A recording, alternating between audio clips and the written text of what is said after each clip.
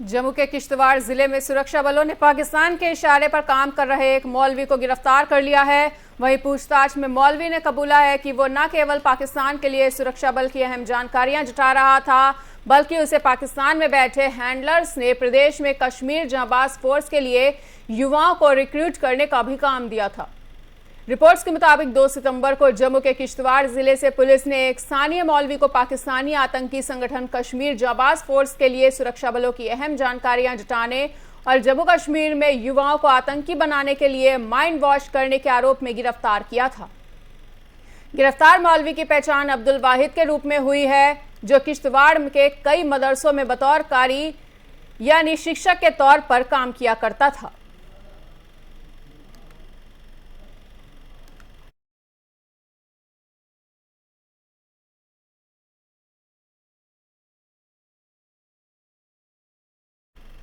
भारत बनाम पाकिस्तान के बीच हमेशा से हाई वोल्टेज मुकाबले देखे गए हैं और यही सिलसिला एशिया कप 2022 में भी जारी रहा, जिसमें पहला मुकाबला टीम इंडिया ने अपने नाम किया था। तो वहीं सुपर 4 के दूसरे मैच में रविवार को पाकिस्तान ने भारत को 5 विकेट से हरा दिया था।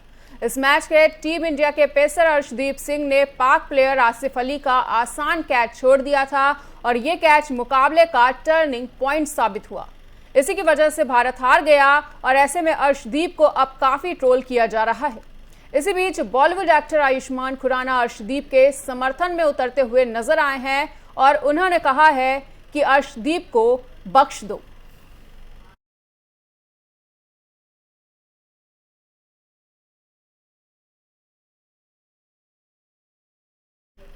चीन में भूकंप से अब तक 46 लोगों की मौत हो गई है, जबकि बड़ी संख्या में लोग घायल बताए जा रहे हैं।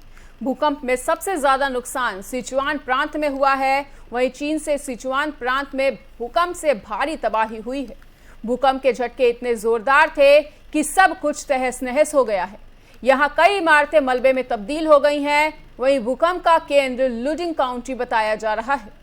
चीन में सोमवार को सिचुआन प्रांत उस समय हिल गया जब 6.8 की तीव्रता वाले भूकंप ने वहां दस्तक दी। भूकंप इतना जोरदार था कि बड़ी बड़ी इमारतें भी उसके झटके को सह नहीं पाई। पल भर में जमींदोज हो गई और हर तरफ तबाही और बर्बादी का मंजर नजर आने लगा। कहीं इमारतों का मलबा नजर आ रहा है तो कहीं सड़कों पर दरारें पड़ी दिख रही हैं। जगह जगह चट्टानें भी टूटकर सड़कों पर गिर चुकी हैं। तो वहीं रिहायशी इलाकों में इमारतों के मलबे में लोग भी दब गए हैं। तो चीन में भूकंप ने भारी तबाही मचाई है और आप देख सकते हैं कि चारों तरफ बर्बादी और तबाही का मंजर यहां पर देखने को मिल रहा है।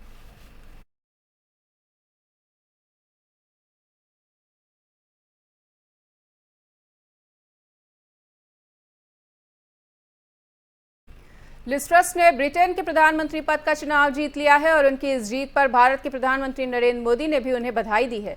पीएम मोदी ने ट्वीट कर लिखा है कि यूके का अगला पीएम चुने जाने के लिए लिज ट्रस को बधाई।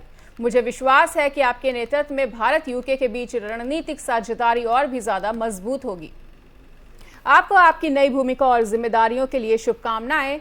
साथ ही ब्रिटेन की विदेश मंत्री लिज ट्रस के कंजर्वेटिव पार्टी के नेतृत्व की दौड़ में भारतवर्षीय पूर्व वित्त मंत्री ऋषि सुनक को हराने के साथ अब वो ब्रिटेन की अगली प्रधानमंत्री होंगी। कंजर्वेटिव पार्टी ने सोमवार को इसकी घोषणा की है और कंजर्वेटिव पार्टी के बैंक बेंच सांसदों की 1922 समिति के अध्यक्ष और पार्टी के नेतृत्व संबंधित चुनावी के लिए निर्वाचन अधिकारी सर ग्राहम ब्रैडी ने ट्रस यानी कि 47 वर्षीय ट्रस की जीत की घोषणा की। लिज ट्रस मौजूदा प्रधानमंत्री बोरिस जॉनसन की जगह लेंगी। वहीं मार्गरेट थैचर और टेरेसा में लिज ट्रस ब्रिटेन की तीसरी महिला प्रधानमंत्री होंगी। लिज ट्रस को विजेता घोषित करने के साथ ही कंजर्वेटिव पार्टी के नेतृत्व पद के लिए मुकाबले को लेकर कई सप्ताह से जारी अभियान समाप्त हो गया है और चुनाव नतीजों में घोषणा की गई है कि लिज ट्रस को 81,326 और ऋषि सुनक को कुल 60,399 वोट मिले हैं।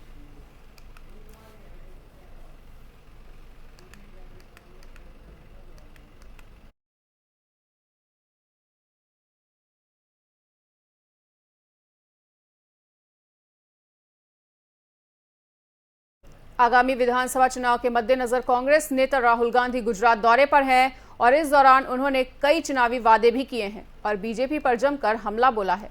उन्होंने कहा है कि अगर गुजरात में कांग्रेस की सरकार आती है तो उपभोक्ताओं को 500 रुपए में एलपीजी सिलेंडर उपलब्ध कराया जाएगा। साथ ही बीजेपी पर सरदार पटेल की विचारधारा के खिलाफ काम करने का भी आरोप उन्होंने लगाया। कांग्रेस और बीजेपी के खिलाफ नहीं, इनके बीच में नहीं। सबसे पहले आपको समझना होगा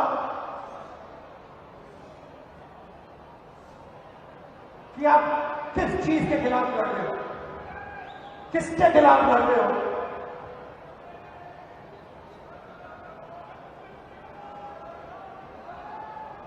देखिए,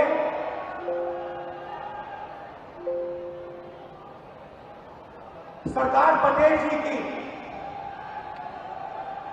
बीजेपी ने मूर्ति बनाई। सरदार पटेल जी की दुनिया में सबसे बड़ी मूर्ति बीजेपी, नरेंद्र मोदी जी और आरएसएस के लोगों ने बनाई। सही? सरदार पटेल जी थे क्या? जिस चीज के लिए सरदार पटेल जी पूरी जिंदगी लड़े, जिन लोगों के लिए सरदार पटेल जी जिन लोगों के लिए उन्होंने अपनी पूरी जिंदगी दी, उन पर आक्रमण कर लो। मूर्ति का क्या मतलब? गुजरात में सबसे बड़े उद्योगपतियों का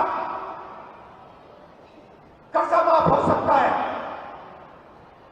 मगर किसानों का कर्जा कभी नहीं हो सकता माफ।